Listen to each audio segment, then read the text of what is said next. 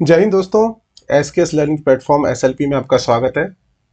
Last videos में हम 2018 के सारे मॉडल जो आंसर हो सकते थे क्वेश्चन पेपर में, जितने भी क्वेश्चन आए थे उन सब का हमने मॉडल आंसर देख लिया था। और क्योंकि आप लोगों को की रिक्वेस्ट आई थी कि बाकी जो फॉर्म्स ऑफ कम्युनिकेशन रह गए हैं, जैसे कि शो कॉज नोटिस के बारे में बहुत आया था कि शो कॉज नोटिस अगर किसी गवर्नमेंट सर्वेंट को देना है तो वो किस तरह से दिया जाएगा, उसका आप एक क्वेश्चन का मॉडल आंसर जानना चाह रहे थे। तो हम आपके लिए इस बारी जो इस वीडियो में लेके आए हैं वो है 2016-17 में एक क्वेश्चन आया था जिसके अंदर शो कॉज नोटिस देना था एक गवर्नमेंट सर्वेंट को, तो वो कैसे बनेगा। उसके बाद हम लेके आए हैं आपके लिए नोटिफिकेशन। जो नोटिफिकेशन क्वेश्चन आया था या आपका 2014 में 2E क्वेश्चन, तो इसमें नोटिफिकेशन किस तरह से ड्राफ्ट होगा क्वेश्चन के बेसिस पे, जो प्रीवियस ईयर क्वेश्चन था उसके बेसिस पे, उसकी बारे बात करेंगे। उसके बाद हम बात करेंगे क्वेश्चन 3C था 2018 का, जिसके अंदर हमें ये बोला गया था कि ओएम ड्राफ्ट करो, लेकिन इन्हीं फैक्चुअल जो भी फैक्ट दिए गए थे इसके बेसिस पे अगर हमें यहाँ पे रेजोल्यूशन बनाना हो तो किस तरह का रेजोल्यूशन हम बनाएंगे, इसके बारे में डिस्कस करेंगे। और लास्ट में हम डिस्कस करेंगे एक सेल्फ कंटेंट नोट की, जो कि ये क्वेश्चन आया था आपका 2015 के अंदर, क्वेश्चन नंबर है 2C। ठीक है, तो इन क्वेश्चन को, इन चार फॉर्मेट्स को, एक शो कॉज नोटिस जो आपका है उसके बारे में हम बात करेंगे।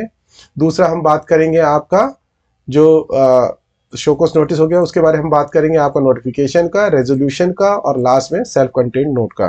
ठीक है, तो सबसे पहले हम बात कर लेते हैं कि शो कॉज नोटिस अगर देना हो किसी गवर्नमेंट सर्वेंट को तो वो कैसे दिया जाएगा। हमने एक क्वेश्चन 2018 का किया था जिसके अंदर शो कॉज नोटिस, एक कैंडिडेट था वो सेलेक्ट हुआ था स्टेनोग्राफर के फॉर्म में, तो स्टेनोग्राफर नॉमिनेट होने के बाद ये पाया गया था कि उसके जो डॉक्यूमेंट्स थे वो फॉल्स थे और उसके बेसिस पे उसके लिए शो कॉज नोटिस बनाना था। तो वो हम ऑलरेडी 2018 के पेपर में कर चुके हैं, उसका हम जो मॉडल आंसर हो सकता था उसके बारे में मैं ऑलरेडी डिस्कस कर चुका हूं। तो आप अगर वो देखना चाहे तो वो प्रीवियस वीडियो में देख सकते हैं। आज हम बात करेंगे कि अगर गवर्नमेंट सर्वेंट है तो वो उसको किस तरीके से जो है शो कॉज नोटिस प्रिपेयर किया जाएगा उसके लिए। तो ये आपका क्वेश्चन 4C है, 2016-17 के क्वेश्चन पेपर में आया है और 15 मार्क्स का आया था। तो जब 15 मार्क्स का क्वेश्चन आता है तो मैंने ऑलरेडी आपको बताया हुआ कि उसके लिए 12 to 13 मिनट्स होते हैं जिसके अंदर उस क्वेश्चन को करना होता है। इसका मतलब यह है कि आपको बहुत ज़्यादा नहीं लिखना, ब्रीफ में ही अपनी सारी बातें लिखनी होती है। तो एक बार क्वेश्चन देख लेते हैं, उसके बाद हम इस आंसर की चर्चा करेंगे। तो क्वेश्चन 4C ये 15 मार्क्स का क्वेश्चन है और इसमें क्वेश्चन में फैक्ट्स क्या दिए हुए हैं। A representation has been received from the wife of one of the assistants working in your ministry. किसी भी मिनिस्ट्री को एज्यूम करने की बात है क्योंकि यहाँ पे लिखा your ministry, alleging that he is indulging in excessive drinking and is not looking after maintenance of his family, comprising herself, her two children and widow mother-in-law। तो वो कह रहा है कि रिप्रेजेंटेशन रिसीव हुआ है एक असिस्टेंट की वाइफ से जो कि आपकी मिनिस्ट्री में काम करता है और ये उस पर एलिगेशंस है कि वो एक्सेसिव ड्रिंकिंग करता है, अपनी फैमिली का मेंटेनेंस पर ध्यान नहीं देता, और उसका जो फैमिली है उसके अंदर कौन है, वाइफ है, उसके 2 बच्चे हैं और विडोड मदर इन लॉ है। Her children had to drop out of the private school due to non payment of the school fees. तो स्कूल फीस ना पेमेंट होने की वजह से उन्हें ड्रॉप आउट होना पड़ा उनके बच्चों को। She was finding it difficult to properly feed the children and the widowed mother in law. तो अपने बच्चों को फीड करने में अभी मुश्किल हो रही है उसकी वाइफ को, जो असिस्टेंट है उसकी वाइफ को, और जो मदर इन लॉ है उनको दोनों को फीड करने में उनको प्रॉब्लम हो रही है अभी। When pressed for money for maintenance, जब उससे मेंटेनेंस के पैसे मांगे जाते हैं, हर हस्बैंड यानी जो वाइफ है वो कंप्लेनेंट है, यहाँ पे एक रिप्रेजेंटेशन उसने दिया है यहाँ पे, तो वो हस्बैंड क्या करता है यानी असिस्टेंट क्या करता है, often resorted to violence against her and her children, यानी अपनी वाइफ को और अपने बच्चों को वो यहाँ पे पीटने का एलिगेशन भी लगाया गया है। तो put up a draft suitable draft of notice, यहाँ पे सुटेबल ड्राफ्ट ऑफ नोटिस लिखा गया है, to be issued to the concern assistant. तो असिस्टेंट को आपको इशू करना है, directing him to show cause, तो उसको शो कॉज बताना है कि why he conduct should not be treated as unbecoming of a government servant. तो उसके इस व्यवहार को क्यों unbecoming of a government servant ना ट्रीट किया जाए। तो आप जानते हैं कि कंडक्ट टूल का रूल 3 है जिसके अंदर unbecoming of a government servant define है, और अनबिकमिंग ऑफ गवर्नमेंट सर्वेंट जब कोई कंडक्ट टूल का वायलेशन करता है यानी कोई ऐसा वायलेशन होता है जिससे अनबिकमिंग ऑफ गवर्नमेंट सर्वेंट बनता है, तो उसका जो है प्रोसीडिंग्स जो है सीसीए रूल में उसको इनिशिएट किया जा सकता है। लेकिन उससे पहले क्या है, एक अपॉर्चुनिटी देनी होती है, शो कॉज नोटिस देना होता है। तो ये एक ब्रीफ बात है जो आपको पता होनी चाहिए। तो यहाँ पे उससे पूछना है हमें कि क्यों उसके इस जो कंडक्ट को unbecoming of a government servant ना ट्रीट किया जाए, and sufficient reason for the initiation of departmental action against him under the provision of CCA rule 1957। देखेंगे यहाँ पे तो ये 1957 की बात कर रहा है, इसका मतलब ये जो यहाँ पे चीजें हैं ये पुरानी है, ठीक है। तो आपको क्या करना है, यहाँ पे आपको नए के हिसाब से, अब मैंने इसको मॉडिफाई कर दिया और नए के हिसाब से लिख दिया है। तो आगे इसके बारे में बात कर लेते हैं यहाँ पे, ठीक है। तो ये और भी क्या क्या कि including imposition of one of the penalties specified in rule 11 of the set rules. तो रूल 11 की भी पेनल्टीज क्यों ना लगाई जाए इसके ऊपर, इसके बारे में भी यहाँ पे बात की गई है, ठीक है। तो ये आपका जो है यहाँ पे आपको ऐसा करना है। तो ये आपने देख लिया क्वेश्चन में क्या कहा गया है। अब हम देखते हैं कि इसका क्या मॉडल आंसर हो सकता है और कहाँ से हम कैसे कैसे जो है चीज़ों को ले सकते थे। तो सबसे पहले यहाँ पे हमने तो ड्राफ्ट लिख दिया। ड्राफ्ट इसलिए लिख दिया जाता है क्योंकि जो भी हमें यहाँ पे ड्राफ्ट को फॉर्मुलेट करने के लिए बोला जाता है, देखिए एमओपी के हिसाब से ड्राफ्ट जो है वो सेंटर में आता है, लेकिन ये पूरा कंटेंट आपको क्लियरली दिखाई दे, इस वजह से मैं ड्राफ्ट को हमेशा राइट हैंड साइड में ही लिखता हूँ, तो उससे कोई ज़्यादा इतना फर्क नहीं पड़ता है। अदरवाइज इंस्ट्रक्शन की बात करें तो ये सेंटर में लिखने के लिए बोला गया है।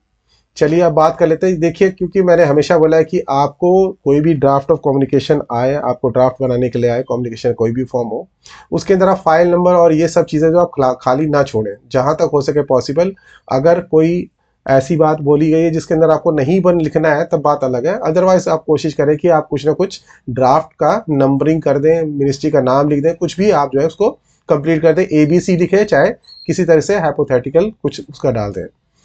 तो जैसे कि हमने देखा कि हमेशा मैं सिंपल फाइल नंबर की बात करता हूं और यहाँ पे आपको शो कोज नोटिस देना है, तो हमने एडमिन की फाइल को बनाया है। तो एडमिन के तौर पर हमने क्या है 7/15/2023 एडमिन 1 ये फाइल नंबर दे दिया। फिर उसके बाद गवर्नमेंट ऑफ इंडिया आता है, और ये भी बात याद में रखनी है आपको कि नंबर लिखा जाता है, फाइल नंबर नहीं लिखा जाता, एफ नहीं आता। एफ जो होता है वो नोटिंग में आता है और सारे कम्युनिकेशन में नंबर से स्टार्ट होता है। तो ये मिस्टेक बहुत लोग करते हैं, तो इसलिए आपको ये ध्यान में रखना है कि नंबर इस तरह से लिखना है, फाइल नंबर नहीं लिखना है, एफ नंबर नहीं आता, नंबर सिर्फ आता है कम्युनिकेशन का, ठीक है। गवर्नमेंट ऑफ इंडिया आ गया, भारत सरकार। अगर चाहे, क्योंकि ये 15 मार्क्स का क्वेश्चन है, तो आप ये भारत सरकार और ये हिंदी में जितने भी मंत्रालय या विभाग का नाम लिखा जा रहा है इसको आप स्किप कर सकते हैं। जहां पे 25 मार्क्स का क्वेश्चन हो या उससे ज्यादा मार्क्स का हो, वहां पे आप सर्टेनिल्स को लिख सकते हैं, लेकिन 15 मार्क्स के क्वेश्चन में अगर आप स्किप कर देंगे तो आपको मार्क्स में कोई, उसमें आपको कम वैल्यूएशन नहीं मिलेगा, ठीक है। तो गवर्नमेंट ऑफ इंडिया आ जाएगा, मिनिस्ट्री ऑफ फाइनेंस यहाँ पे एज्यूम कर लिया हमने, डिपार्टमेंट इकोनॉमिक अफेयर्स, तो ये एक एजम्पशन है क्योंकि वहाँ पे लिखा था योर मिनिस्ट्री, तो आप कुछ भी मिनिस्ट्री यहाँ पे लिख सकते हैं। या मिनिस्ट्री अगर आप नहीं लिखना चाहे तो मिनिस्ट्री ऑफ ABC कुछ कर सकते हैं, डिपार्टमेंट ऑफ ABC कर सकते हैं, अगर आपको नहीं पता ये कोई मिनिस्ट्री अगर नहीं डालना चाहते तो। फिर नॉर्थ ब्लॉक, क्योंकि ये जो मिनिस्ट्री है ये नॉर्थ ब्लॉक में, तो हमने यहाँ पे डाल दिया और आज की डेट डाल दी हमने, ठीक है। तो यहाँ पे एक चीज सबसे पहले ये समझना है कि जो शो कोज नोटिस है उसका क्या फॉर्मेट रहता है। जो शो कोज नोटिस नाम का MOP में कोई भी फॉर्म ऑफ कम्युनिकेशन नहीं है। तो अगर आप ये चीज जानते हैं तो OM जो होता है उसी का फॉर्मेट जो होता है वो शो कोज नोटिस के लिए यूज किया जाता है। लेकिन शो कोज नोटिस का जो यानी लैंग्वेज है या आप उसके अंदर वर्ड्स का यूज करते हैं वो थोड़ा इस तरीके से होता है कि जब आप डायरेक्शन या इंस्ट्रक्शन दे रहे हैं तो वो आपको ध्यान में रखना है। बाकी जो है OM का फॉर्मेट ये होता है। तो देखेंगे कि ये सारा जो फॉर्मेट है ये OM का ही फॉर्मेट है, यहाँ पे भी देख सकते हैं और यहाँ पे भी नीचे भी आप देख सकते हैं, ठीक है। तो हम बात कर लेते हैं कि इसकी लैंग्वेज किस तरह की होनी चाहिए। तो लैंग्वेज स्टार्टिंग इस तरीके से हो सकती है, it has been brought to the notice of administration division, क्योंकि आप एडमिनिस्ट्रेशन के फॉर्म ऑफ, आप पार्ट ऑफ एडमिनिस्ट्रेशन है, तो एज एडमिनिस्ट्रेशन आपके नोटिस में ये चीज लाई गई है, ये भी लिख सकते हैं। It has come to the notice of the administration division, ये भी कर सकते हो आप, ठीक है। तो it is known that, it is observe that, ये इस तरह के कुछ भी लैंग्वेज हो सकता है।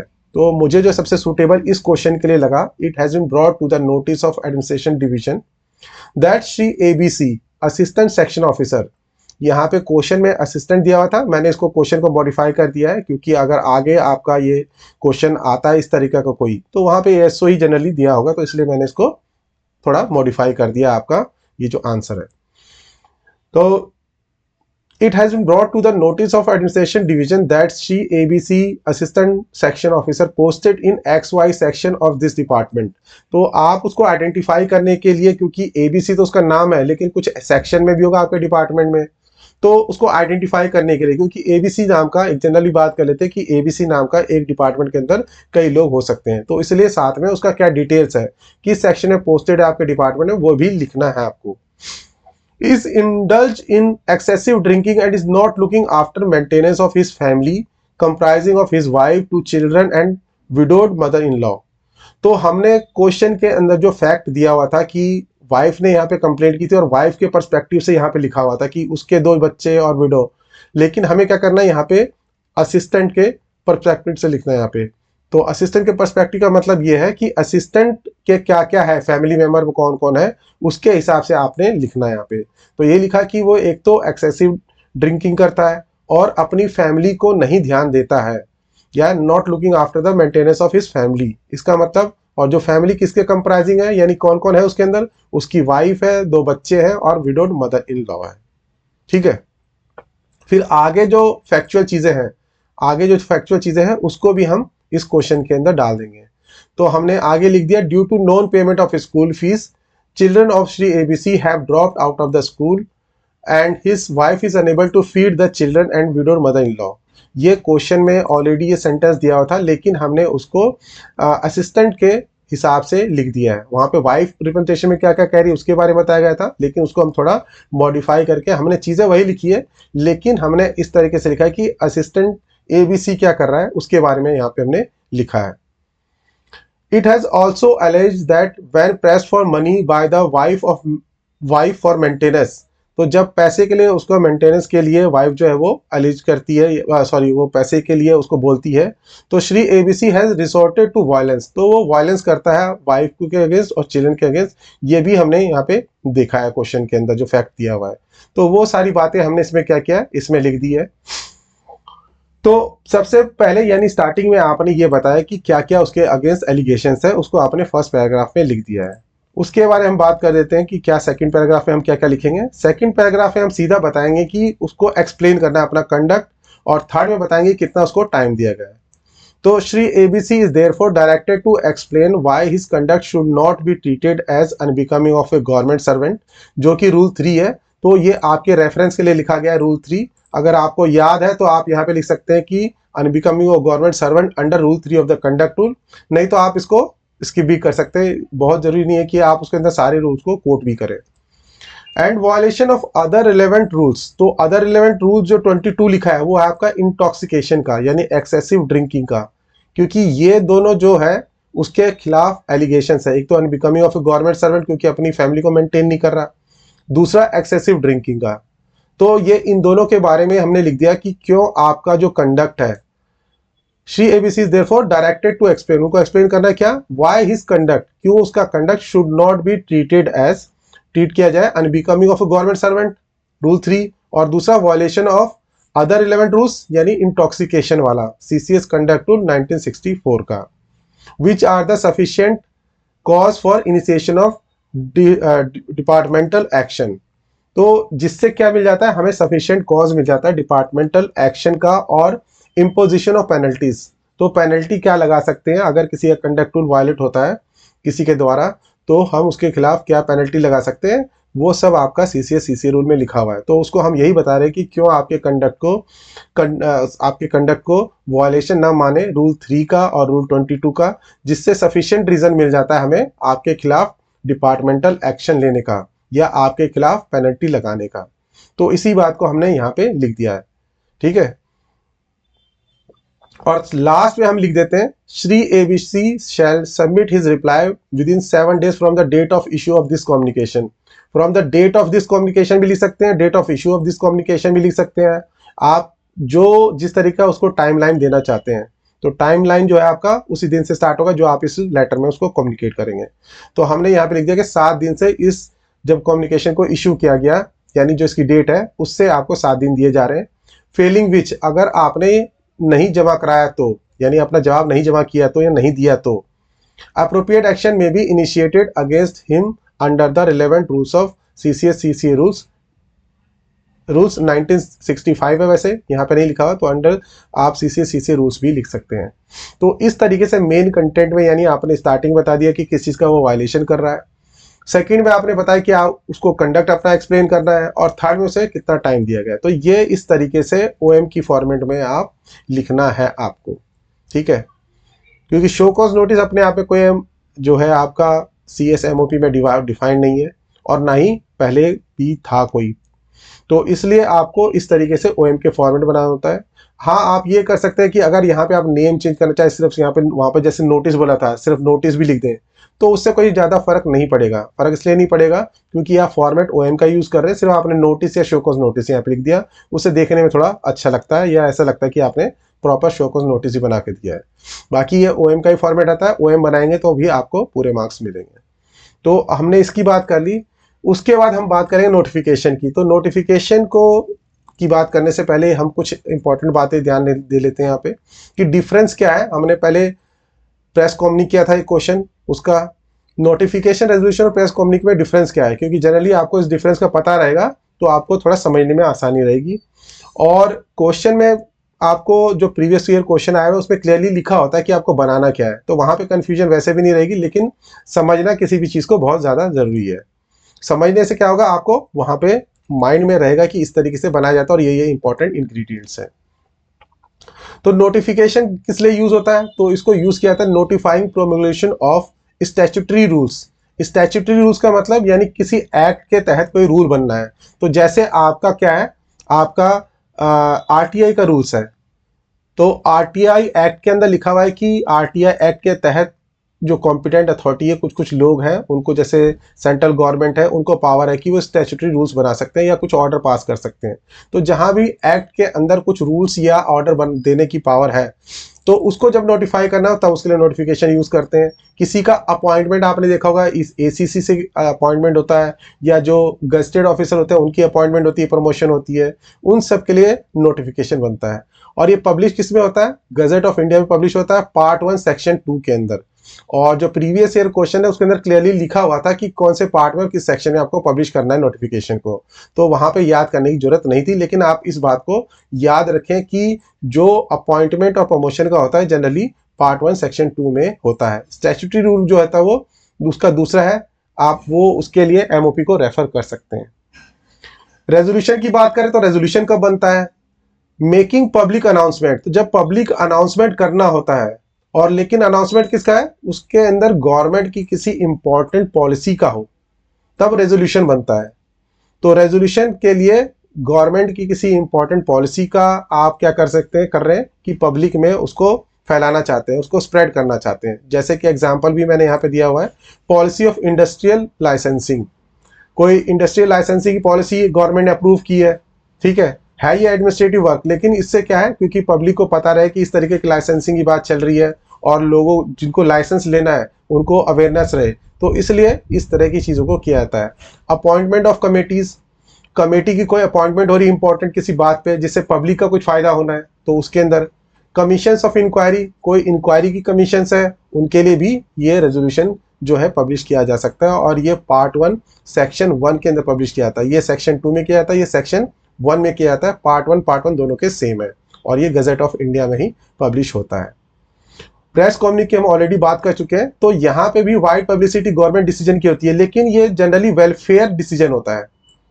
तो जिससे गवर्नमेंट का डिसीजन तो है ये, लेकिन ये पब्लिक वेलफेयर में ज्यादा होता है। पब्लिक वेलफेयर का मतलब ये कोई गवर्नमेंट की जो है पॉलिसी नहीं है, ठीक है। डिफरेंस दोनों में पॉलिसी का है, ये पॉलिसी की बात कर रहे हैं, उसको हम वाइड स्प्रेड कर रहे हैं, जहाँ पे एडमिनिस्ट्रेटिव कोई पॉलिसी है, जैसे ये पॉलिसी था इंडस्ट्रियल लाइसेंसिंग का। लेकिन वाइड पब्लिसिटी किसी और दूसरी बात का भी देना है। मान लो कि कहीं पे जो है गवर्नमेंट ने कुछ आपका जैसे एम्प्लॉयमेंट फेयर ऑर्गेनाइज किया है, तो एम्प्लॉयमेंट फेयर वो अलग चीज़ है, और किसी पॉलिसी का जो वाइड स्प्रेड हम उसको फैलाना चाहते हैं वो अलग है। तो इस तरीके से जो अगर पब्लिक से रिलेटेड, जो जनरली पब्लिक से रिलेटेड ही है, उस तरह की चीज़ों को पब्लिसिटी देनी है, तो हम प्रेस कम्युनिक या प्रेस नोट जनरली देते हैं या उसको पब्लिश करवाते हैं। लेकिन क्वेश्चन पेपर में अभी तक जो भी प्रीवियस ईयर क्वेश्चन पेपर है उसके अंदर क्लियरली लिखा होता है कि नोटिफिकेशन बनाना है या प्रेस कम्युनिक बनाना है। रेजोल्यूशन अभी तक मैंने लास्ट 5-6 ईयर से आपका रेजोल्यूशन को आते हुए नहीं देखा है किसी क्वेश्चन को। तो लेकिन हम इसको आपको बता देंगे ताकि आपको रेजोल्यूशन भी कैसे बनाना है उसके बारे में भी आइडिया रहे। तो हम बात कर लेते हैं, ये क्वेश्चन जो है आपका नोटिफिकेशन के ऊपर है और ये आपका 2014 के अंदर आया था। क्वेश्चन 2E है, 25 मार्क्स का आया था। ठीक है, तो 2E का क्वेश्चन क्या है इसको एक बार देख लेते हैं। छोटा सा क्वेश्चन था कि ministry of law government of India has taken decision with the approval president of India to appoint Shri XYZ presently serving as secretary department of corporate affairs as the election commissioner of India। तो ministry of law government of India ने president की approval से, president of India की approval से क्या किया है, ये अपॉइंट करने का फैसला लिया है XYZ को। किस तरीके से? As election commissioner of India. और प्रेजेंटली कहाँ पे पोस्टेड है ये? Secretary department of corporate affairs में ये पोस्टेड है। In the vacancy of election commission, तो इलेक्शन कमीशन की वैकेंसी हुई थी cause due to appointment of Shri ABC as chief election commissioner. तो श्री ABC थे जिनको चीफ इलेक्शन कमिश्नर बना दिया गया, उसकी वजह से वैकेंसी राइज होगी और उस वैकेंसी में क्या कर रहे हैं, डिपार्टमेंट ऑफ कॉर्पोरेट अफेयर्स के सेक्रेटरी जो है XYZ, उनको वहां पे अपॉइंट किया जा रहा है। तो appointment of Shri XYZ as election commissioner will be for the period of 5 years और till he achieve the age of 65 years। तो ये बता दिया उसका टेनर कितना होगा, विच एवर इज अर्लियर। तो इन दोनों में से जो भी अर्लियर होगा, पहले कंप्लीट हो रहा होगा, तो उतना उसका पीरियड रहेगा, ये इसमें बता दिया गया था। And will commence from the date of his joining the office of election commission of India. तो जिस दिन से वो इलेक्शन कमीशन ऑफ इंडिया का जो ऑफिस है उसको ज्वाइन कर लेंगे, तब से उनका ये पीरियड स्टार्ट हो जाएगा, टेनर जो 5 years का है वो स्टार्ट हो जाएगा। तो क्वेश्चन में बोला कि draft and notification for publication in the gazette of India part 1 section 2। जैसा कि मैं आपको बता रहा था कि ऑलरेडी उसके अंदर किस पार्ट में पब्लिश करना है ये आपको दिया हुआ ही है क्वेश्चन के अंदर। तो छोटा सा क्वेश्चन है, फैक्चुअल हमने बात कर ली, फैक्ट क्या क्या थे इसके। अब हम बात कर लेते हैं कि इसका आंसर हम क्या बना सकते थे। तो 25 मार्क्स का है, लेकिन क्वेश्चन के अंदर कंटेंट कम ही आएगा क्योंकि इसमें अपॉइंटमेंट की बात है बहुत ज़्यादा, इसके अंदर आपको बढ़ाना चढ़ाना नहीं है, जो बात है एक्चुअली वही लिखना है। तो देख लेते हैं, सबसे पहले तो ऊपर इस तरह से लिख देते हैं, to be publish in the gazette of India comma part 1 section 2। Section 2 यहाँ पे इसलिए हाईलाइट कर दिया मैंने क्योंकि नोटिफिकेशन का ये सेक्शन कौन सा होता है, 1 होता है और इसका सेक्शन 2 होता है। तो बस इसको आपको ध्यान में रखना, बाकी दोनों का पार्ट सेम होता है। फिर गवर्नमेंट ऑफ इंडिया आ जाएगा, भारत सरकार हिंदी में, ministry of law and justice Hindi में उसका नाम विधि एवं न्याय मंत्रालय, डिपार्टमेंट ऑफ लीगल अफेयर्स विधि कार्य विभाग। क्वेश्चन में आपका मिनिस्ट्री ऑफ लॉ से दिया था, लेकिन मैंने इसको लेटेस्ट के हिसाब से, क्योंकि अब नाम चेंज हो गया है, उसके हिसाब से इसको मॉडिफाई कर दिया है ताकि आपके पास अगर कोई क्वेश्चन इस मिनिस्ट्री से आए तो आपको नाम पूरा पता होना चाहिए। ठीक है, उसके बाद यहाँ पे आया था आपका न्यू दिल्ली डेटेड जो है वो आ जाएगा, नोटिफिकेशन लिखा जाता है, यहाँ पे आता है फाइल का नंबर। ठीक है, तो ये फाइल का नंबर यहाँ पे आएगा। उसके बाद कॉन्सिक्वेंट अपॉन, अब हम लैंग्वेज किस तरह से लेते हैं, तो एडमिनिस्ट्रेटिव जो एडमिनिस्ट्रेशन में काम करते हैं उन लोगों को आइडिया होगा कि किस तरीके से हम लैंग्वेज यूज़ करते हैं एडमिनिस्ट्रेटिव ऑर्डर्स में जनरली। तो ऑफिस ऑर्डर और इस तरह के जो ऑर्डर्स होते हैं उसकी लैंग्वेज जनरली सिमिलर होती है, तो उसी तरह की लैंग्वेज को आपको यहाँ पे यूज़ करना है। Consequent upon vacancy cause due to the appointment of Shri ABC election commissioner of India as chief election commissioner of India. तो यहाँ पे क्या हुआ था, हमने फैक्ट में देखा था कि जो ABC थे वो इलेक्शन कमिश्नर ऑफ इंडिया थे, वो किस तरीके से अपॉइंट हो गए, chief election commissioner of India हो गए, और उसकी वजह से वैकेंसी क्रिएट हुई थी। तो consequent upon vacancy cause due to the appointment of Shri ABC election commissioner as chief election commissioner of India, the president, यहाँ पे कॉमा लगाएंगे, the president is please to appoint Shri XYZ। तो श्री XYZ जो है, जो कि क्या है अभी, secretary department of corporate affairs हैं। ठीक है, the president is please to appoint Shri XYZ secretary department of corporate affairs as election commissioner of India. उसके बाद क्या लिखना है, क्योंकि टर्म्स बता रखी कब कितने टर्म के लिए होंगे, 5 years के टर्म्स के लिए होंगे, तो वो भी हमें लिखना है for a term of 5 years और till he achieves the age of 65 years which ever is earlier. तो ये फैक्चुअल चीजें ऑलरेडी क्वेश्चन में दिया हुआ है, सिर्फ आपको क्या करना है, जो फॉर्म ऑफ कम्युनिकेशन है उसकी लैंग्वेज किस टाइप की होनी चाहिए उसके हिसाब से आपको उस लैंग्वेज में लिखना होता है। तो which ever is earlier with effect from the date he joins the office of election commission of India. तो इलेक्शन कमीशन ऑफ इंडिया का जब ऑफिस को ज्वाइन कर लेंगे जिस डेट से, उस दिन से इनका 5 ईयर का टर्म चालू होना था, ये क्वेश्चन में ऑलरेडी दिया हुआ था। तो आपने देखा कि हमने क्या किया यहाँ पे, उसी में से फैक्चुअल चीज़ों को लिया लेकिन लैंग्वेज चेंज कर दी। तो शो कोज नोटिस में हमने देखा था कि फैक्ट हमेशा दिए होते हैं क्वेश्चन के अंदर, हम क्या करते हैं उसको सिर्फ उस जो फॉर्म ऑफ कम्युनिकेशन की लैंग्वेज की डिमांड है उसमें उसको हम फिट कर देते हैं। तो आपको यही करना है सिर्फ, बाकी तो सब चीज़ें आपको दी हुई है, आपको फॉर्मेट पे ध्यान देना है और दूसरा लैंग्वेज क्या होगी, तो यही चीज़ ध्यान देनी होती है। नीचे यहाँ पे SD लिख दिया है, SD मतलब यहाँ पे साइन होगा, फिर PQR joint secretary, generally notification resolution higher level पे बनते हैं, तो यहाँ पे जॉइंट सेक्रेटरी के लेवल पे इसको प्रपोज किया गया है। ठीक है, बाकी ये तो जनरली आपने पुराने वीडियोस देखे होंगे तो किस तरह से टेलीफोन नंबर और ईमेल डालते हैं, वो चीज़ें यहाँ पे डाली गई हैं। तो इसको मार्क किसको करना है, the manager government of India press, Minto road, new Delhi. दोनों ही चीजें नोटिफिकेशन और बाद में जो रेजोल्यूशन में बताऊंगा दोनों के अंदर एड्रेस सेम रहेगा, manager government of India press, Minto road, new Delhi, इसी को आपको भेजना है। और फिर नीचे copy forwarded for information to, तो जिन जिन लोगों से ये रिलेवेंट है उनको आप यहाँ पे कॉपी भेज देंगे। तो श्री XYZ जिनका यहाँ पे अपॉइंटमेंट हो रहा है, ठीक है, तो उनको हमने यहाँ पे मार्क कर दिया। Office of chief election commissioner of India, office को भेज देंगे ताकि इंटीमेशन रहे कि वहाँ पे उन्हें जो है ज्वाइन करना है या कौन इलेक्शन कमिश्नर आ रहा है, इलेक्शन कमिश्नर के ऑफिस को भेज देंगे। और सेक्रेटरी जो है डिपार्टमेंट लीगल अफेयर्स, क्योंकि ये मिनिस्ट्री जो है वो इस नोटिफिकेशन को जारी कर रही है, तो इन्फॉर्मेशन के लिए उनके ऑफिस को भी, सेक्रेटरी डिपार्टमेंट लीगल अफेयर्स को भी भेज देंगे। तो इस तरीके से आपका जो है ये नोटिफिकेशन बनाया जा सकता है। तो मेरे हिसाब से कोई प्रॉब्लम नहीं है इसके अंदर, सिंपल चीज़ें हैं। और अगर आपने इसको सही तरह से समझ लिया तो और क्वेश्चन आता है, आने के चांसेस भी इसलिए है क्योंकि पहले कभी जो है एक बार ही आया था उसके बाद नहीं आया, तो ये आने के चांसेस भी अच्छे हैं। अब हम बात कर लेते हैं रेजोल्यूशन की। तो रेजोल्यूशन ये जो मैंने बनाया है ये आपका 2018 का क्वेश्चन 3C था। इस क्वेश्चन के अंदर एक्चुअल में OM बनाने के लिए बोला गया था, लेकिन अगर यही क्वेश्चन रेजोल्यूशन बनाने के लिए आता तो क्या हम बना सकते थे, कैसे बना सकते थे, उसके बारे में हम बात करेंगे। 3C को OM में कैसे बनाना था ये आप पुराने वीडियोस में देख सकते हैं। और बात कर लेते हैं यहाँ पे कि रेजोल्यूशन कैसे बनेगा। एक बार फैक्ट को दोबारा से रिविजिट कर लेते हैं। Request have been received from a large number of pensioners, कि लार्ज नंबर ऑफ पेंशनर से क्या रिसीव कर रहे हैं हम रिक्वेस्ट को, फैमिली पेंशनर से रिसीव कर रहे हैं, उनके एसोसिएशन से रिसीव कर रहे हैं। Requesting revision of existing criteria for payment of additional pension to enable them to receive the benefit on attaining the age of 65 years। तो 65 ईयर के एज में ही एडिशनल जो पेंशन मिलती है वो उनको मिल सके, उसके लिए रिक्वेस्ट कर रहे हैं। ऑब्वियसली इसका मतलब ये है कि जो एडिशनल पेंशन अभी मिलती है वो ज़्यादा एज में मिलती है और ये 80 ईयर्स है। The parliamentary standing committee has also made a similar recommendation, तो पार्लियामेंट्री स्टैंडिंग कमेटी उसने भी इस तरीके का एक रिकमेंडेशन किया था जिसके अंदर 65 ईयर्स में ही एडिशनल पेंशन मिलने लग जाए, इसके बारे में बताया गया था। Some of the state governments have already revised the criteria applicable to their pensioner and family pensioners। कुछ स्टेट ने इस क्राइटेरिया को रिवाइज भी कर दिया है, इसके बारे में भी आपको यहाँ पे इंफॉर्मेशन दी गई है।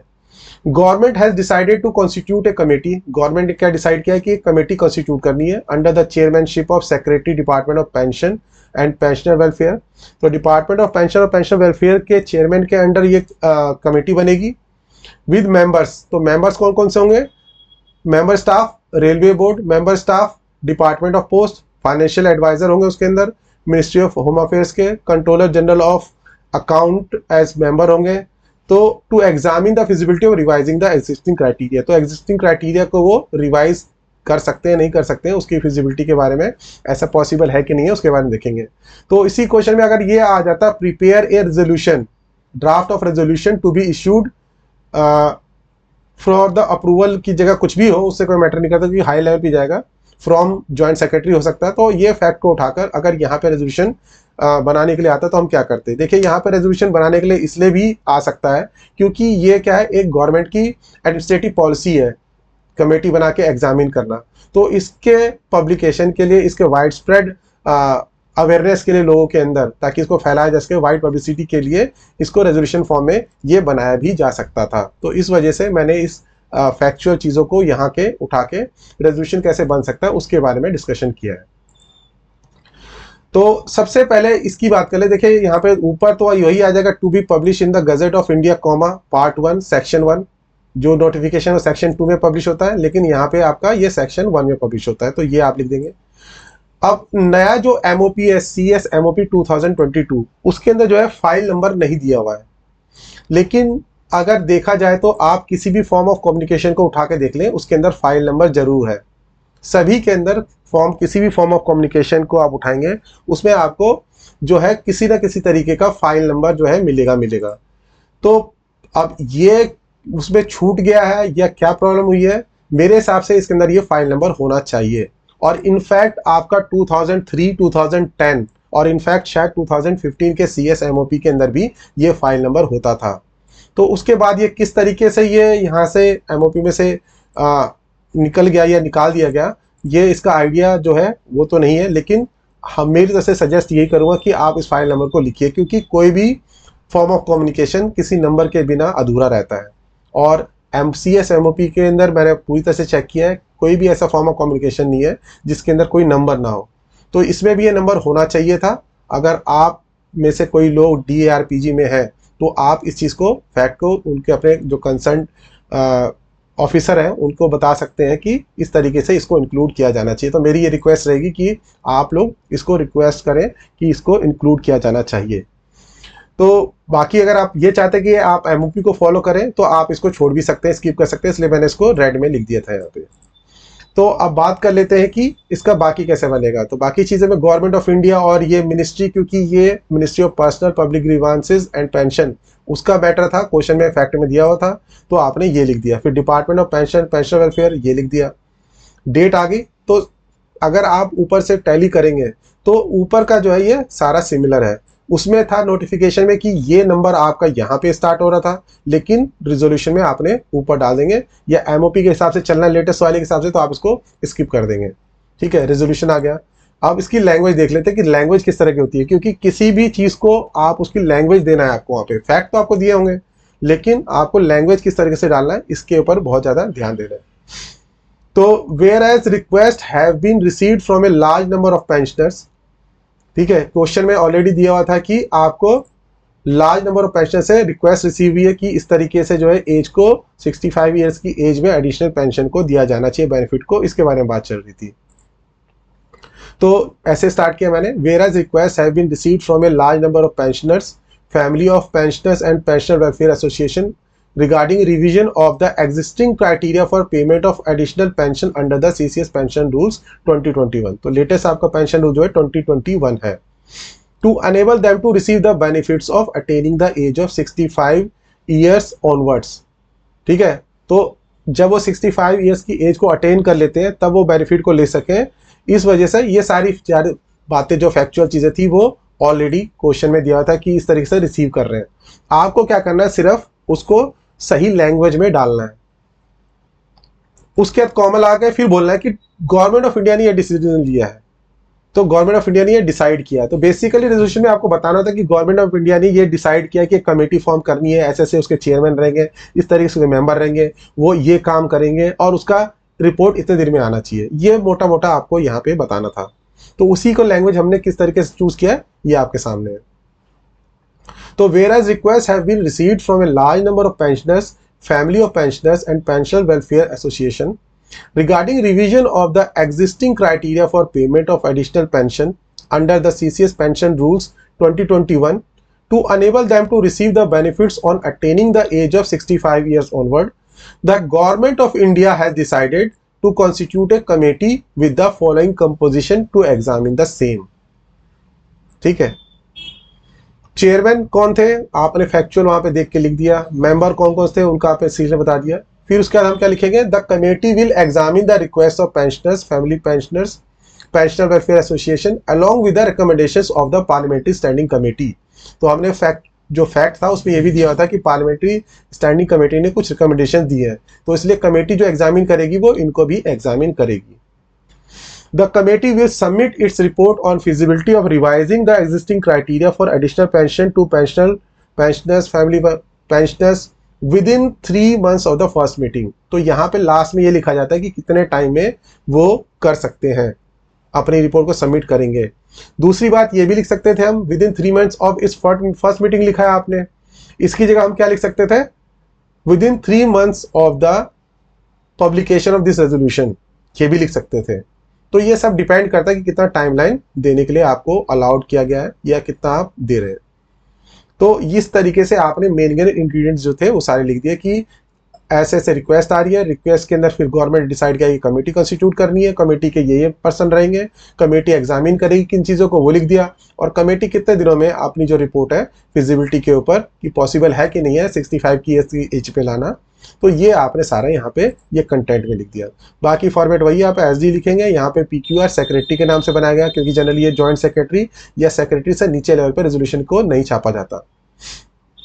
तो ये आपका यहाँ पे आ गया। अब ये यहाँ पे खत्म नहीं है, उसके बाद ऑर्डर्स आते हैं क्योंकि आपने यहाँ पे कम्युनिकेट करने के लिए तो लिखा नहीं कुछ, तो यहाँ पे आप ऑर्डर देते हैं कि order that the committee that a copy of the resolution be communicated to all concern. तो जो भी कंसर्न है, कंसर्न में यानी चेयरमैन हो गए, मेंबर्स हो गए और बाकी जो भी है उन सबको ये कॉपी रेजोल्यूशन की देनी है, कम्युनिकेट करनी है। और दूसरा ऑर्डर क्या है, order also that resolution be published in gazette of India for general information. तो बाकी जनरल पब्लिक के लिए इंफॉर्मेशन के लिए उसको पब्लिश करना है, इसका भी ऑर्डर आप यहाँ पे लिखते हैं, ठीक है। और यहाँ पे दोबारा से साइन आएंगे आपके, साइन, सिग्नेचर और सेक्रेटरी का जो है पूरा डिटेल्स यहाँ पे आएगा। फिर the manager, government of India press, Minto road, new Delhi. तो ये इस तरीके से आपका पूरा कंप्लीट होता है। एक चीज ध्यान रखना है कि ऑफिस में मैंने नोट किया है कि ऑफिस में आप लोग यहाँ पे टू लिख के टू द मैनेजर लिखते हैं, आपके CSMOP के अकॉर्डिंग ये टू नहीं है, तो इसमें भी नहीं लिखना टू आपका। और अगर नोटिफिकेशन को आपने गौर से देखा होगा तो यहाँ पे भी टू नहीं है, तो DO में भी टू नहीं आता आपका, आपके नोटिफिकेशन में भी टू नहीं आता और आपके रेजोल्यूशन में भी टू नहीं आता। इस बात को आपको अपने माइंड में रखना है, वहां पे टू नहीं लगाना है। आपके OM में टू आता है तो वहां पे लिखते हैं आप, आपका लेटर होता है तो स्टार्टिंग में आप लिखते हैं एड्रेस की का जो डिटेल्स होते हैं तो वहां पे टू आता है।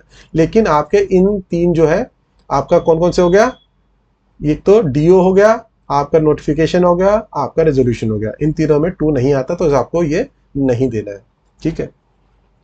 तो लास्ट जो form of communication he basically हम सेल्फ कंटेंट नोट की बात कर लेते हैं कि सेल्फ कंटेंट नोट किस तरीके से बनता है, क्योंकि बहुत से लोगों ने मेरे को बोला कि आप सेल्फ कंटेंट नोट का एक स्ट्रक्चर बता दीजिए। तो मैं क्या है आपके लिए एक सैंपल लेके आया हूँ। सैंपल का मतलब ये कि उसके अंदर ऐसा नहीं कि वो एग्जैक्ट वही है जो जैसा बनना चाहिए था, मैंने एक सैंपल आपको स्ट्रक्चर बता दिया, उस तरीके से आप बनाना है, आपको क्या क्या चीज़ें डालनी है, क्या क्या एस्पेक्ट्स सेल्फ कंटेंट नोट के होते हैं उन सबको मैंने बता दिया है। और आपको लेकिन उसको थोड़ा और अच्छा बना सकते हैं, इसलिए मैंने बाकी आपके ऊपर छोड़ दिया है। तो कुछ दो तीन बातों की बात कर लेते हैं, पॉइंट की बात कर लेते हैं जो बहुत इंपॉर्टेंट सेल्फ कंटेंट नोट में CSMOP 2022 में दिया हुआ है, उन इंस्ट्रक्शन के बारे में एक बारी जान लेते हैं कि सेल्फ कंटेंट नोट बनता कब है। तो unless A running summary of facts already available, running summary of facts का मतलब कि जो भी फैक्चुअल चीज़ है उसकी समरी हमारे पास ऑलरेडी पड़ी हो, हमारे पास ऑलरेडी फाइल के अंदर ऊपर नीचे कहीं पे हो, ठीक है। जब तक वो बना रहेगा तब तो आपको सेल्फ कंटेंट नोट नहीं बनाना है, लेकिन ऐसा नहीं है तो आपको क्या करना है, सेल्फ कंटेंट नोट बनाना है। तो unless A running summary of facts is already available on the file और द लास्ट नोट, या तो लास्ट नोट पे हो या आपकी फाइल पे हो जिसको आप रेफर कर सके, ठीक है। अगर है तो नहीं बनाना है, अगर नहीं है तो आपको सेल्फ कंटेंट नोट बनाना है। ये self content note will be put up with every case, her case के साथ एक सेल्फ कंटेंट नोट बनेगा। सेल्फ कंटेंट का मतलब ही इसके वर्ड से ही पता चल रहा है कि वो अपने आप सारी बातों को कंटेन करता है, और सारी बातों को कंटेन करके क्या करता है, हमें अनेबल करता है कि जिससे हम डिसीजन ले सकें। तो कभी कभार हम क्या करते हैं कि नोटिंग तो बनाते हैं, लेकिन नोटिंग में क्या होता है कि हम सारी बातें नहीं लिखते हैं, हम रेफर कर देते हैं, रेफर द प्रीवियस नोट, ठीक है, या रेफर नोट्स अबव, तो उसमें वो सेल्फ कंटेंट नहीं बना। सेल्फ कंटेंट का मतलब ये हुआ कि हमने उसी के अंदर सारी बातों को लिखा ताकि उस नोट को कोई भी पढ़े तो आसानी से सारी बातों को समझ सके और डिसीजन ले सके, इसलिए उसे सेल्फ कंटेंट नोट बोला जाता है। और जनरली सेक्रेटरी या मिनिस्टर के पास जब भी जाती है फाइल, इवन JS तक भी अगर फाइल भेजते हैं तो कई लोग सेल्फ कंटेंट नोट बनाते हैं, तो जब ऊपर हायर लेवल पे फाइल जाती है तो उनको सेल्फ कंटेंट इसलिए देना पड़ता है ताकि, क्योंकि हमेशा फाइल उनके पास नहीं पहुंचती है, कभी कभार फाइल आपके DS से वापस आ जाएगी, कभी JS से वापस आ जाएगी, तो जब सीनियर ऑफिसर के पास फाइल जाए तो उनको सारी बातों का पता रहे, इसलिए सेल्फ कंटेंट नोट बनाया जाता है। Such a note will bring out briefly but clearly the relevant facts. तो उसके अंदर अब होगा क्या क्या उसके बारे में बता रहे हैं। उसके रिलेवेंट फैक्ट जितने भी हैं वो सारे डाले जाएंगे। Views express on the subject by other department, दूसरे डिपार्टमेंट ने अपने क्या क्या व्यूज दिए उस मैटर पे वो भी डाले जाएंगे अगर है तो। The points on which the order for decision of secretary और मिनिस्टर इज सॉट, और फिर उसके बाद लास्ट में आप पूछेंगे किस पॉइंट के ऊपर या वो पॉइंट्स जिनके ऊपर आप डिसीजन मांग रहे हैं या अप्रूवल मांग रहे हैं। ठीक है, तो ये सारी चीजें जो है आपको ध्यान में रखनी है सेल्फ कंटेंट नोट बनाते समय। Self content note is prepared while seeking advice opinion और कंकरेंस ऑफ अनदर डिपार्टमेंट, जब दूसरे डिपार्टमेंट के एडवाइस ओपिनियन या कुछ कंकरेंस मांगना हो, उनकी अप्रूवल मांगनी हो, तो भी हम इसको बना सकते हैं। Such interdepartmental references are to be made only with the approval of an officer not below the level of joint secretary or level specified with the nodal ministry department through departmental instruction। ये कह रहे हैं कि जब आपको किसी दूसरे department का ओपिनियन, एडवाइस या कंकरेंस सीख करना है, तो उस केस में जब आप उस डिपार्टमेंट को भेजेंगे दूसरे डिपार्टमेंट को, तो कम से कम जॉइंट सेक्रेटरी लेवल से अप्रूवल के बाद भेजना है। या अगर जो सामने नोडल मिनिस्ट्री या डिपार्टमेंट जिसको आप भेज रहे हैं उसका कोई डिपार्टमेंटल इंस्ट्रक्शन है, जैसे कि डीओपीटी, तो डीओपीटी का डिपार्टमेंटल इंस्ट्रक्शन ये है कि उसके पास कोई भी रिप्रेजेंटेशन भेजने के लिए आपको अपने डिपार्टमेंट के सेक्रेटरी से अप्रूव करा के भेजना है। तो उस केस में आपको यानी सेक्रेटरी का जो है अप्रूवल लेके ही भेजना है उस डिपार्टमेंट के अंदर। बाकी लेकिन जैसे मिनिस्ट्री ऑफ लीगल अफेयर्स को भेजना होता है आपको, तो वहां पे आप क्या करते हैं, किसी ओपिनियन को सीख करने के लिए, इनको लीगल ओपिनियन जब सीख करते हैं आप डोला से, तो वहां पे आपको ज्वाइंट सेक्रेटरी लेवल से अप्रूवल करा के भेजना होता है। तो ये बात यहाँ पे बता रखी है कि सेल्फ कंटेंट नोट आप जब आईडी नोट जैसे कि वो भी बना के भेज रहे हो, तो एटलीस्ट आपको ज्वाइंट सेक्रेटरी लेवल से भेजना है, या अगर कोई इंस्ट्रक्शन है ऑलरेडी दूसरे डिपार्टमेंट ने दिया हुआ है कि इस तरीके से इससे अप्रूव करा के भेजो, जैसे सेक्रेटरी हो सकता है, तो उनसे आपको अप्रूव करा के भेजना पड़ेगा। तो अब एक क्वेश्चन देख लेते हैं उसे हम, और सेल्फ कंटेंट नोट में क्या क्या बातें आनी चाहिए उसके बारे हम जान लेते हैं। तो ये क्वेश्चन 2C है, 30 मार्क्स का है, 2015 में आया था। क्वेश्चन बहुत बड़ा है तो इसलिए मैं इसको पूरी तरह से डिस्कस नहीं करूंगा, आप लोग इसको रेफर कर सकते हैं। क्वेश्चन पेपर मैंने ऑलरेडी आप सबके साथ शेयर किया हुआ है और उसका ड्राइव में उसको डाल के आपको दिया हुआ है, तो आप लोग देख सकते हैं। मोटा मोटा मैं बता देता हूँ इसमें क्या कहा गया है। As directed by the secretary in the ministry of civil aviation, secretary जो है मिनिस्ट्री ऑफ सिविल एविएशन के अंदर उन्होंने डायरेक्ट किया है, please put up a self contained note on opportunities and other issues related to foreign direct investment FDI in civil aviation in India.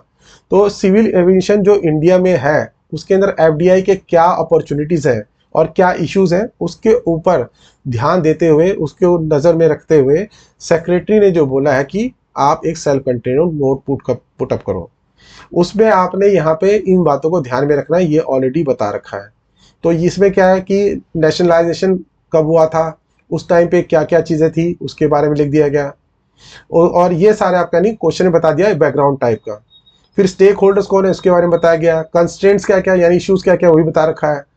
ये यहाँ पे डाटा दिया हुआ है जो डीजीसीए ने दिया है, director general of civil aviation ने आपको डाटा भी दिया है कि कौन कौन से जो पब्लिक एयरलाइंस हैं उनकी क्या क्या मार्केट शेयर है, कितना कितना वो मार्केट में कैप्चर कर रखा है उन्होंने, उसके बारे में बता रखा है।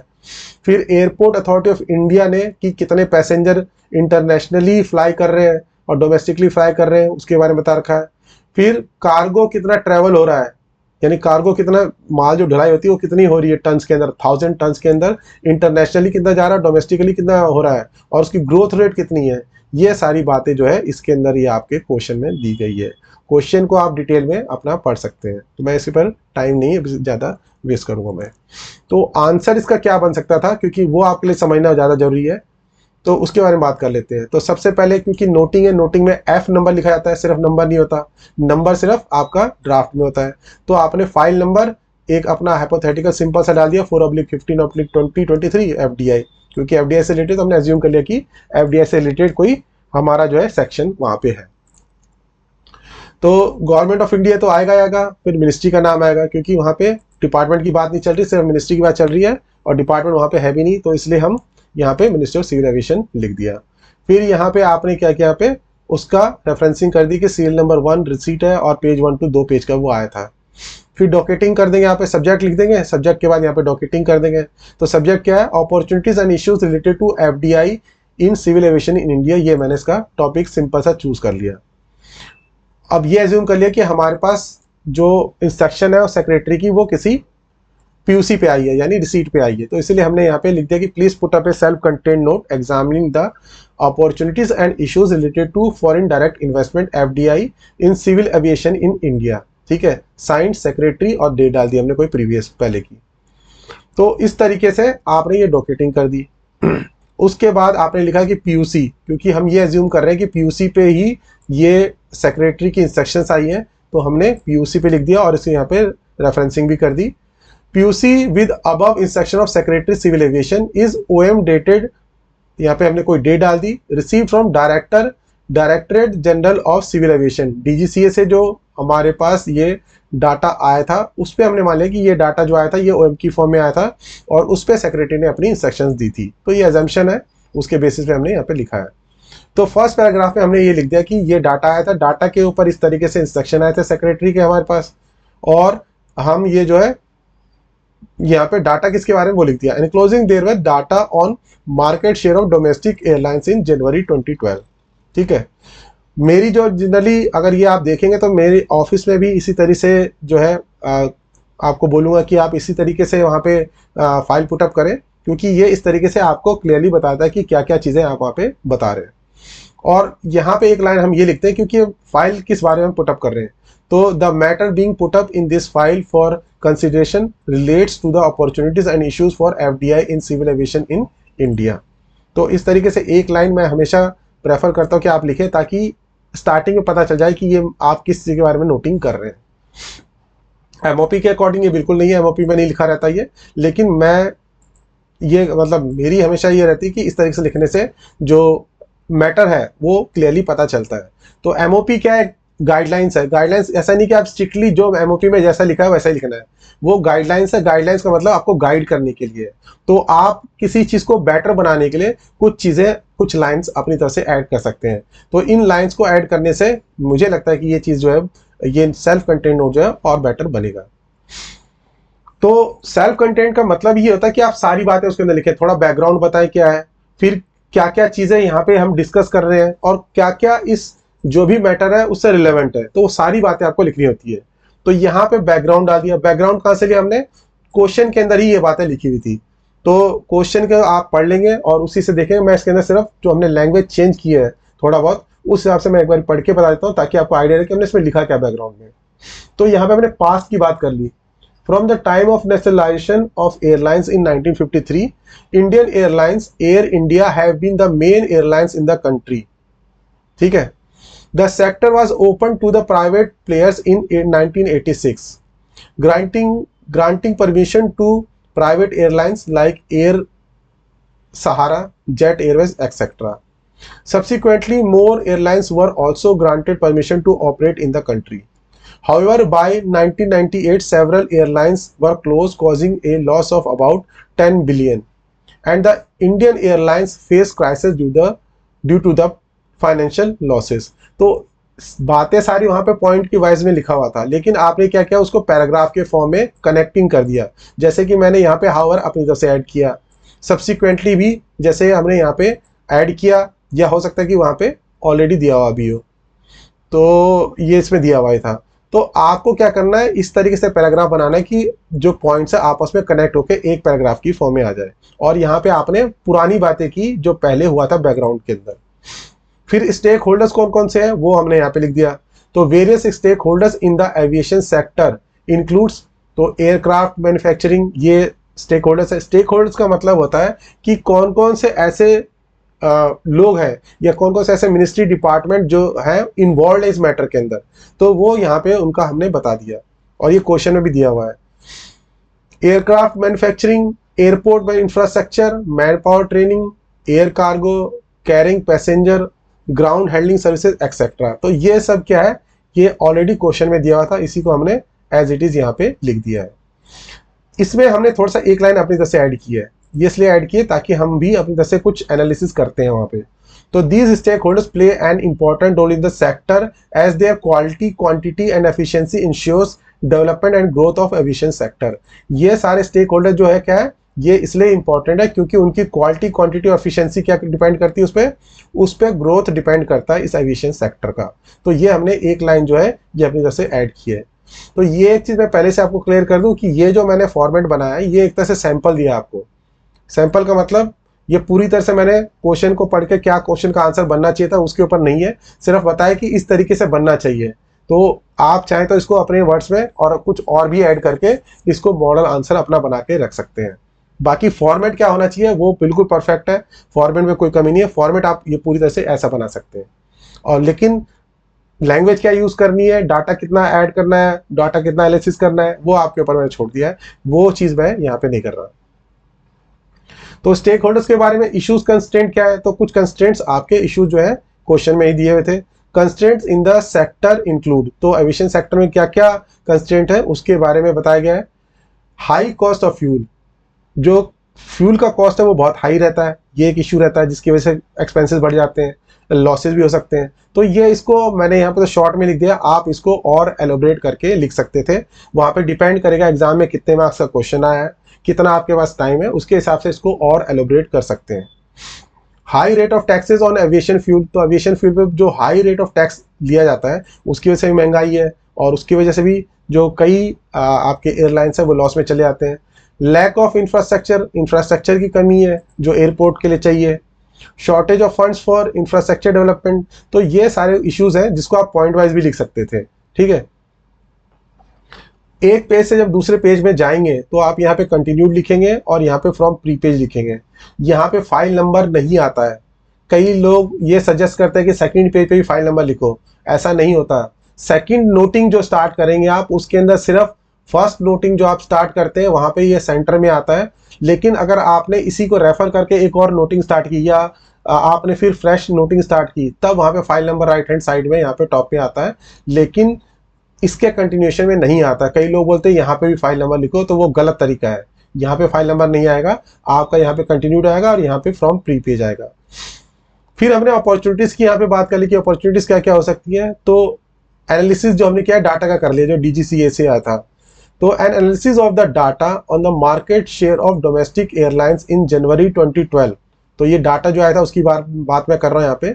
रिसीव्ड फ्रॉम डीजीसीए, और यहाँ पे रेफरेंसिंग करी डाटा की किस पेज पे है, तो इस तरीके से क्योंकि उसका नंबरिंग हमने ऑलरेडी इसको पीयूसी बना रखा है तो उसको पेज 1 और 2 में था ये डाटा, ये हमने यहाँ पे दोबारा से रेफरेंसिंग वही कर दी।